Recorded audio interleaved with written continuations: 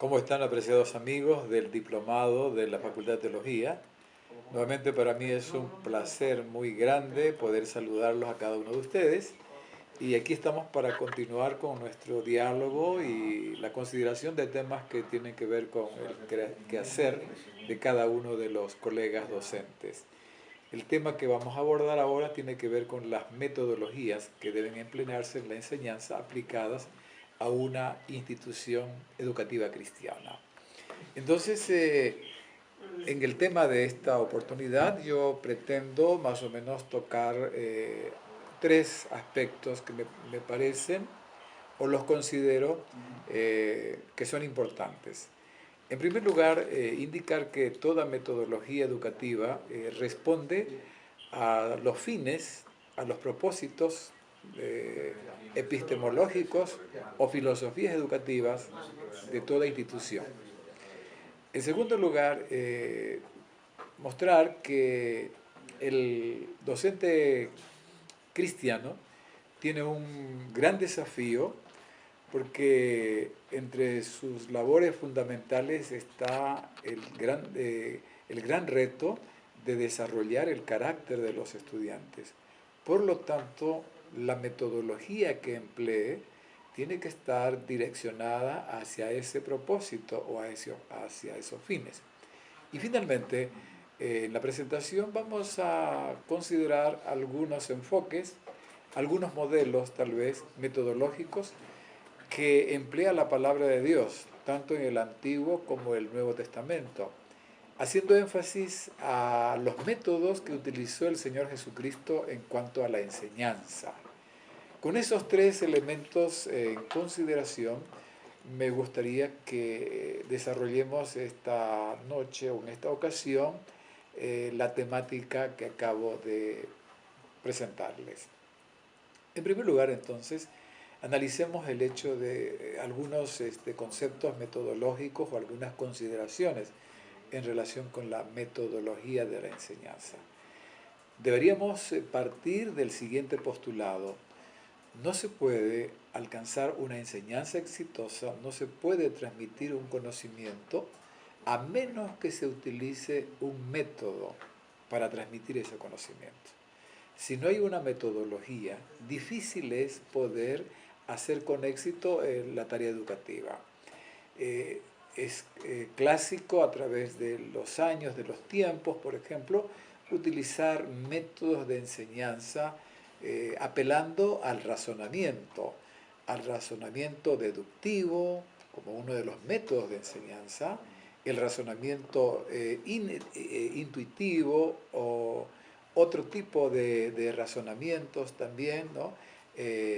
Inductivo y otros más que podríamos mencionar como elementos o herramientas metodológicas a la hora de la transmisión del conocimiento. Pero como mencionábamos anteriormente, tenemos que tomar en cuenta que toda metodología de la enseñanza obedece a los fines, obedece a los propósitos que están insertos en la filosofía educativa de una determinada institución. De allí que es importante considerar cuál es nuestro marco filosófico, cuál es el fundamento epistemológico o metafísico que está detrás de la educación cristiana. Cuando nosotros somos conscientes de eso, entonces vamos a usar las metodologías que sean las adecuadas y las convenientes. En los tiempos modernos se utilizan mucho las metodologías experimentales, es decir, donde los estudiantes encuentran la información de primera fuente sobre ellos mismos, sobre los fenómenos que encuentran y analizados desde una experiencia, desde la parte experimental. Y finalmente, en esta sección, más allá de alcanzar o acumular conocimientos e información para usar una determinada metodología para llevar ese conocimiento al sujeto educativo que es el estudiante o el educando. Más allá que eso, el educador cristiano tiene el gran desafío de volver al hombre, al cristiano, al ser humano, a su relación con Dios, restaurar en el hombre la imagen perdida de Dios. Por lo tanto, no se trata aquí solamente de transmisión de conocimientos o información, sino el maestro cristiano debe reconocer ese aspecto. Formar caracteres semejantes a la vida del Señor Jesucristo. Muy bien, ahora veamos un aspecto fundamental. ¿Cómo es eso del desarrollo de las metodologías en la educación cristiana tendiente a desarrollar el carácter? Debemos reconocer que este es el primer desafío. El primer desafío es que el maestro tiene en consideración que sus alumnos deben desarrollar un carácter semejante al del Señor Jesucristo. Por lo tanto, ¿qué métodos va a utilizar en el aula, ¿no? En el nivel primario, nivel secundario, nivel terciario o universitario? ¿Cómo va a proceder el docente para lograr desarrollar el carácter? Esto nos parece fundamental. Y entonces, para ello, debemos tomar en consideración lo siguiente, que el ser humano no solamente aprende a través de un proceso de entrenamiento y de control, sino que aprende a través de incorporar un razonamiento, una forma de pensar, para luego esa manera de pensar internalizarla en su vida para que se convierta en acción o conducta. Por lo tanto, el método de entrenamiento basado en el control no daría muchos resultados a menos que vaya acompañando del elemento de incorporar las ideas, los razonamientos fundamentales que le permitan al ser humano, como ser humano pensante, que tiene raciocinio, que lo convierta en una persona responsable de su conocimiento a la hora de realizar sus acciones. Hay que tomar en cuenta estos elementos. Entonces, tomando en consideración lo dicho anteriormente, deberíamos ser conscientes que los docentes no deberían tener un sistema educativo de controlar simplemente o de entrenar. Aunque estos elementos son parte de ciertos procesos educativos, sin embargo, lo más importante es que el estudiante logre comprender, entender, incorporar en su mente las ideas, los razonamientos que le permitan finalmente actuar de acuerdo con ese conocimiento y con esa información. Recordando que Dios hizo al ser humano con una identidad personal, dice a su imagen y semejanza, con la capacidad de pensar, la capacidad de reflexionar y la capacidad de actuar en forma consecuente con lo que piensa. De manera que es importante que el docente en este aspecto haga razonar a los estudiantes de causa a efecto. Es decir, que reconozcamos todos que para desarrollar el carácter es necesario reconocer que, como se dice, no hay efecto sin causa, que hay ciertas leyes que en el proceder del desarrollo de la vida deberíamos tomar en cuenta y en consideración cada uno de estos elementos. Alguien ha dicho, y con mucha razón, que se entrena a los animales, pero se educa a los seres humanos, porque son creados a la imagen de Dios. Y me parece que esto es algo muy razonable, por cuanto todo ser humano que desea desarrollar sus facultades espirituales, mentales, sociales, debe pasar por un proceso de conocimiento y finalmente debe quedar solo en el sentido de no estar totalmente monitoreado de manera permanente, controlado sino darle las herramientas en el aspecto de información, de conocimiento, para que él logre formar su propio razonamiento, su propio marco teórico en su propia vida, y sobre eso él pueda actuar. Esto realmente es esencial porque se está desarrollando el carácter. Entonces, cuando se hace esto, se llega a lo más significativo de toda la educación cristiana.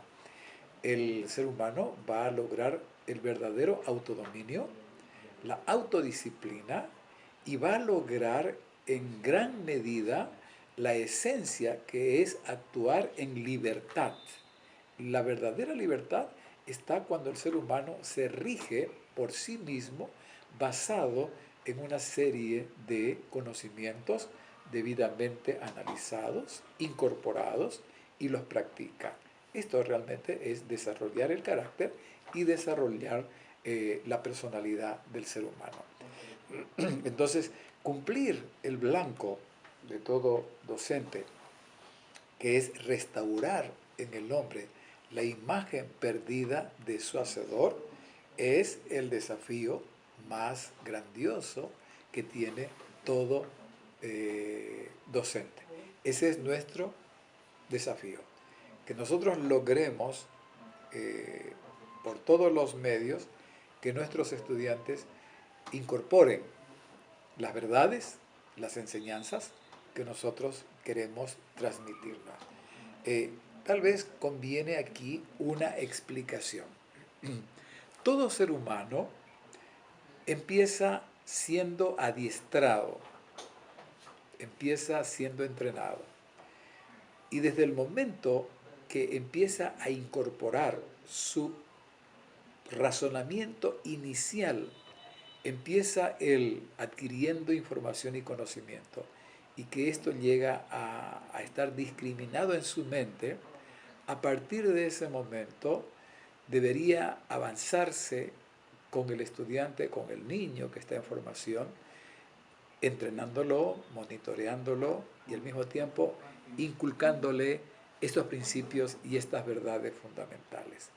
Pero cuando ya él ha logrado incorporar más y más conocimiento y más información, entonces el control, el entrenamiento ya tiene que ir desapareciendo para que sea el ser humano mismo, el propio joven, el propio adolescente, el que vaya siendo cada vez más responsable por lo que él conoce.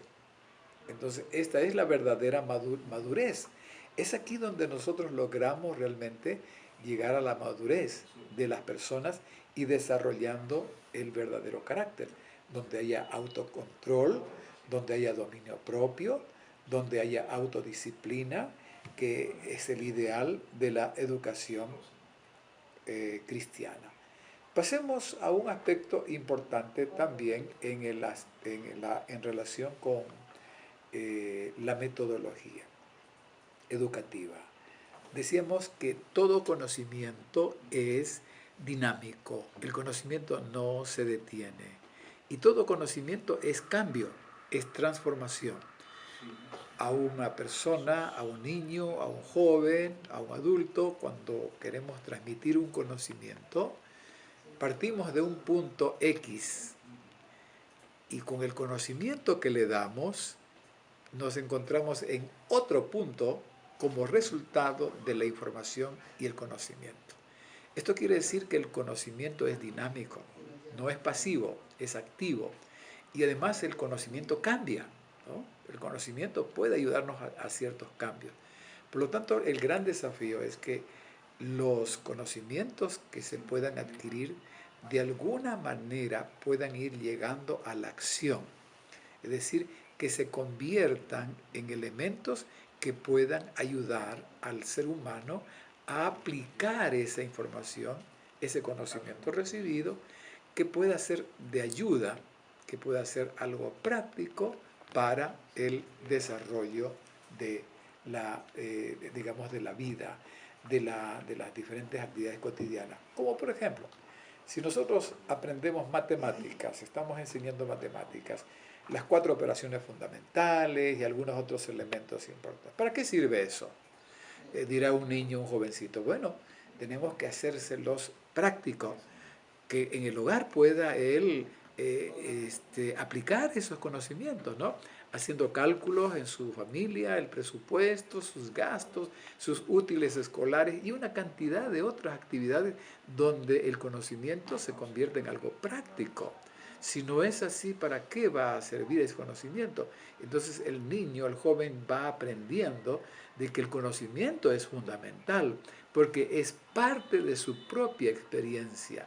Esto es lo importante, es el desafío que los docentes debemos asumir para enfrentar, digamos, la enseñanza. Y la metodología que empleemos debe tomar en cuenta esta gran verdad: trasladar el conocimiento a la experiencia cotidiana, al diario vivir. ¿De qué me sirve conocer, estudiar los fenómenos de la naturaleza? Muy bien, podemos interactuar y podemos saber los beneficios que tiene la naturaleza para nuestra vida. ¿En qué medida nos beneficiamos con esos conocimientos? Entonces, debemos recalcar el hecho de que lo que queremos enfatizar aquí también es que toda información y todo conocimiento debe producir algunos cambios y debe tener aplicación práctica en nuestra vida. Y no solamente eso, deberíamos lograr lo siguiente: que nuestros estudiantes empiecen a adquirir o empiecen a ver ciertas tendencias en su propia vida hacia la aplicación del conocimiento. Alguien dijo que el conocimiento pasa por 3 etapas diferentes. La primera etapa es la de la presentación del conocimiento o de la información. Es la realidad del conocimiento. La segunda etapa es la consideración de ese conocimiento, donde el docente, con sus elementos y estrategias metodológicas, trata de mostrarle al estudiante que ese conocimiento puede brindar muchos beneficios en diferentes aspectos de la vida del ser humano. Por eso se estudia, por eso se pasa tiempo en la escuela, en el colegio o la universidad. Entonces, luego de la segunda etapa, que es ver las diferentes opciones y consideraciones de ese conocimiento, sus beneficios, lo bueno que puede ser, ahora viene la siguiente etapa: ¿cómo incorporaré ese conocimiento? ¿Cómo incorporarlo? ¿Cómo hacerlo parte de nuestra vida? Entonces, el docente debería desarrollar esas tendencias cada vez más positivas para lograr que el estudiante vaya a estudiar, vaya a la institución educativa, conociendo y siendo consciente de que lo que recibirá en el colegio, en la universidad o en la escuela, le va a ayudar, le va a favorecer, porque es parte de su vida. No solamente es parte de la parte práctica, sino es parte de su ser también, ¿no? de su vida en su totalidad, en el desarrollo físico, mental, social, espiritual, etcétera, etcétera.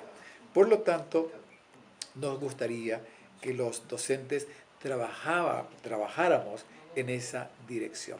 Solo cuando el estudiante se compromete con las prácticas de los conocimientos adquiridos es cuando se llega a completar el proceso educativo.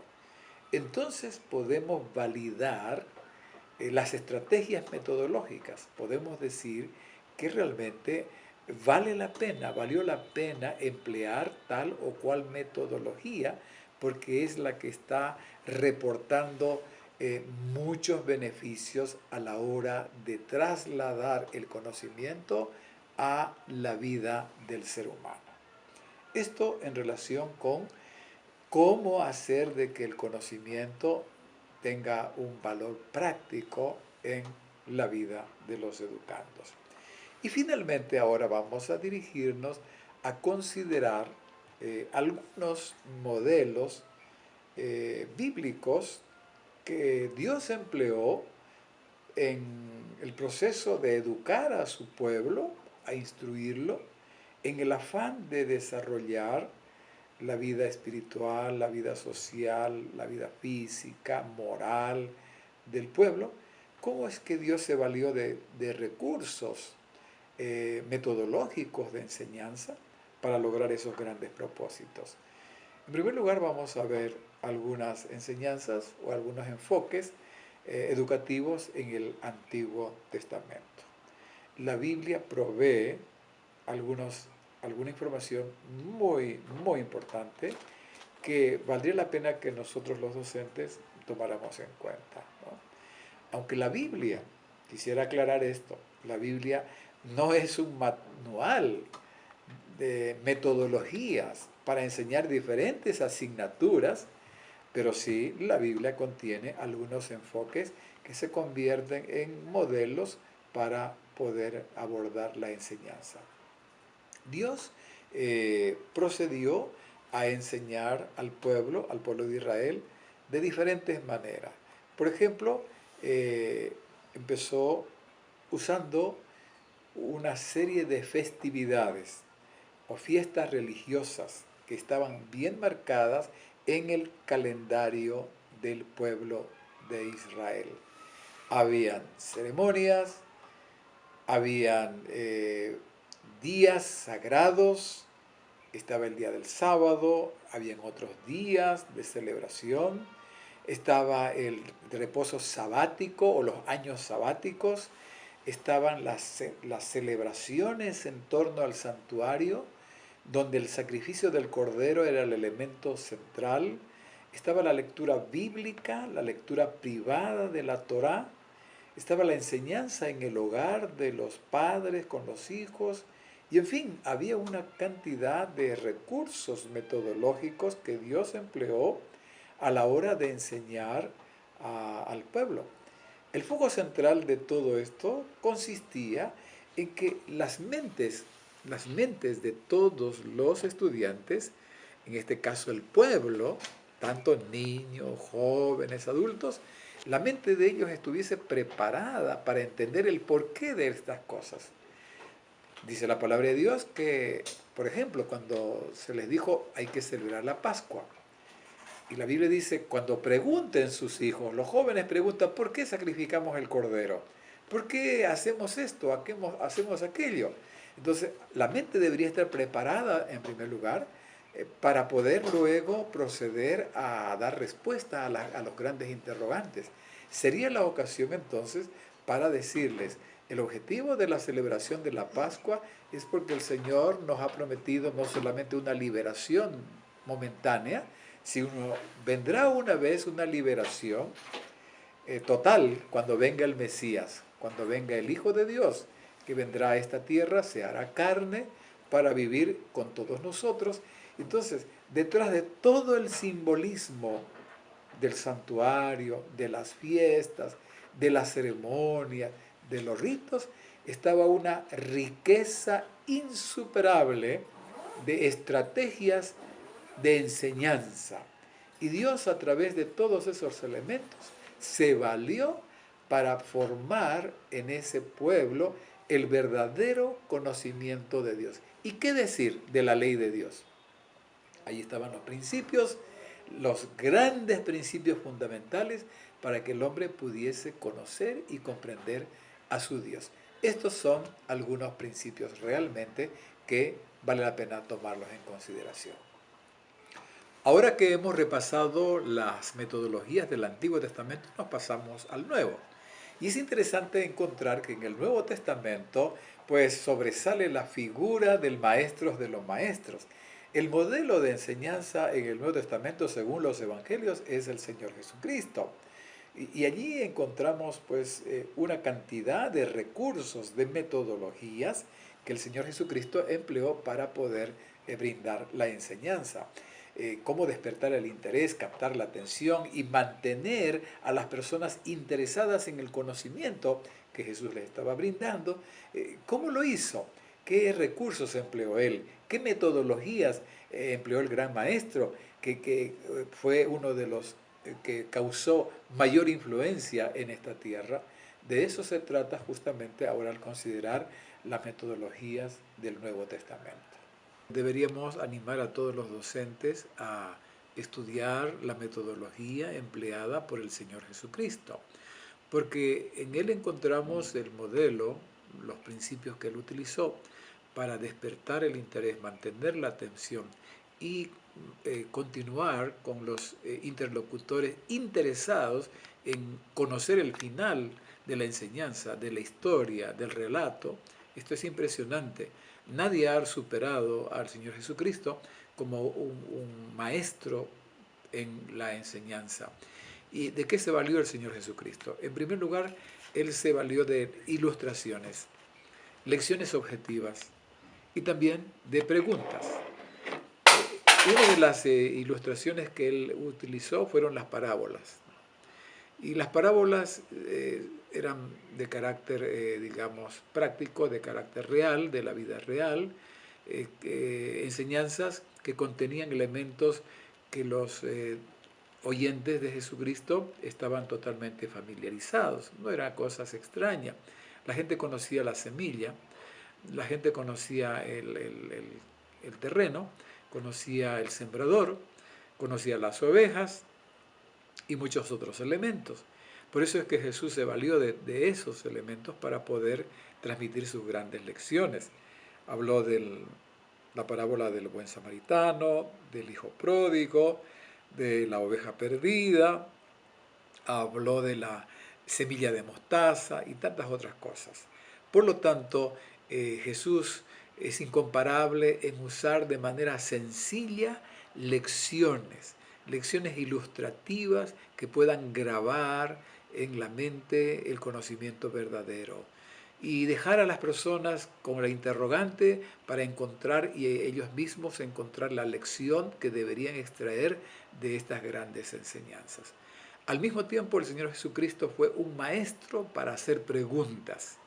Él fue quien utilizó, como dicen los evangelistas, 213 preguntas no repetidas están registradas en los evangelios, donde Jesús trató de grabar o de despertar el interés por comprender estas grandes enseñanzas. Al mismo tiempo, las utilizó como un medio para responder a aquellos adversarios, a aquellos oponentes, y con una pregunta bastaba. La gente quedaba en silencio, especialmente los dirigentes del pueblo de Israel, porque no tenían una respuesta. Por lo tanto, las preguntas son herramientas fundamentales a la hora de aplicar diferentes metodologías en cuanto a la enseñanza. Otro elemento que no deberíamos dejar pasar es que el maestro de los maestros, Jesucristo, tenía las actitudes más correctas para acercarse a las personas. Se acercaba a ellas con mucha amistad, con deseo de servirles, con actitudes de apoyo, de ayuda, no para condenar a las personas. Entonces, eso era un elemento que facilitaba que él lograra ser pues escuchado. Y decían que nunca antes escucharon a un maestro con tanta autoridad como hablaba el Señor Jesucristo. Jesús no acusaba a las personas, Jesús ayudaba, sacaba a los seres humanos donde estaban, tratando de ofrecerles siempre el apoyo. Es por eso que muchas personas lo buscaban a Jesús por diferentes lugares, querían escucharlo, acudían para recibir las bendiciones que él podía brindar a tantas personas necesitadas. Por lo tanto, la lección que los docentes tenemos que aprender aquí es que en Jesucristo nosotros podemos aprender las verdaderas actitudes a la hora de transmitir el conocimiento. En gran medida depende de la forma como el docente cristiano procede para lograr el éxito en la transmisión del conocimiento. Por lo tanto, nuestro gran desafío es seguir, como dice la sierva de Dios, Elena de White, la vida, las palabras del Señor Jesucristo para convertirnos en sus émulos, es decir, en sus seguidores, para ser buenos maestros. ¿Qué podríamos decir ya a manera de conclusión? Podríamos decir lo siguiente: el maestro cristiano no puede o no debe apartarse de las metodologías que se están empleando en la enseñanza para decir que él va a crear nuevos métodos. Sería interesante si alguien puede crear nuevos métodos de enseñanza. Pero mientras tanto, empleemos los que ya están siendo empleados con éxito, con la diferencia siguiente: siendo que nuestro objetivo es trascendente, es la salvación de las personas, es preparar ciudadanos para el reino de los cielos, es restaurar en el hombre la imagen perdida de su Hacedor, es desarrollar un carácter a la semejanza del Señor Jesucristo. Nuestra metodología debería estar acorde con ese gran desafío. Entonces, mi deseo, apreciados colegas, es que nosotros podamos convertirnos en los seguidores del Maestro de los Maestros y que podamos tener una bendecida labor en nuestro ministerio académico. Es mi deseo que Dios pueda bendecirlos en abundancia a cada uno de ustedes en este ministerio sagrado.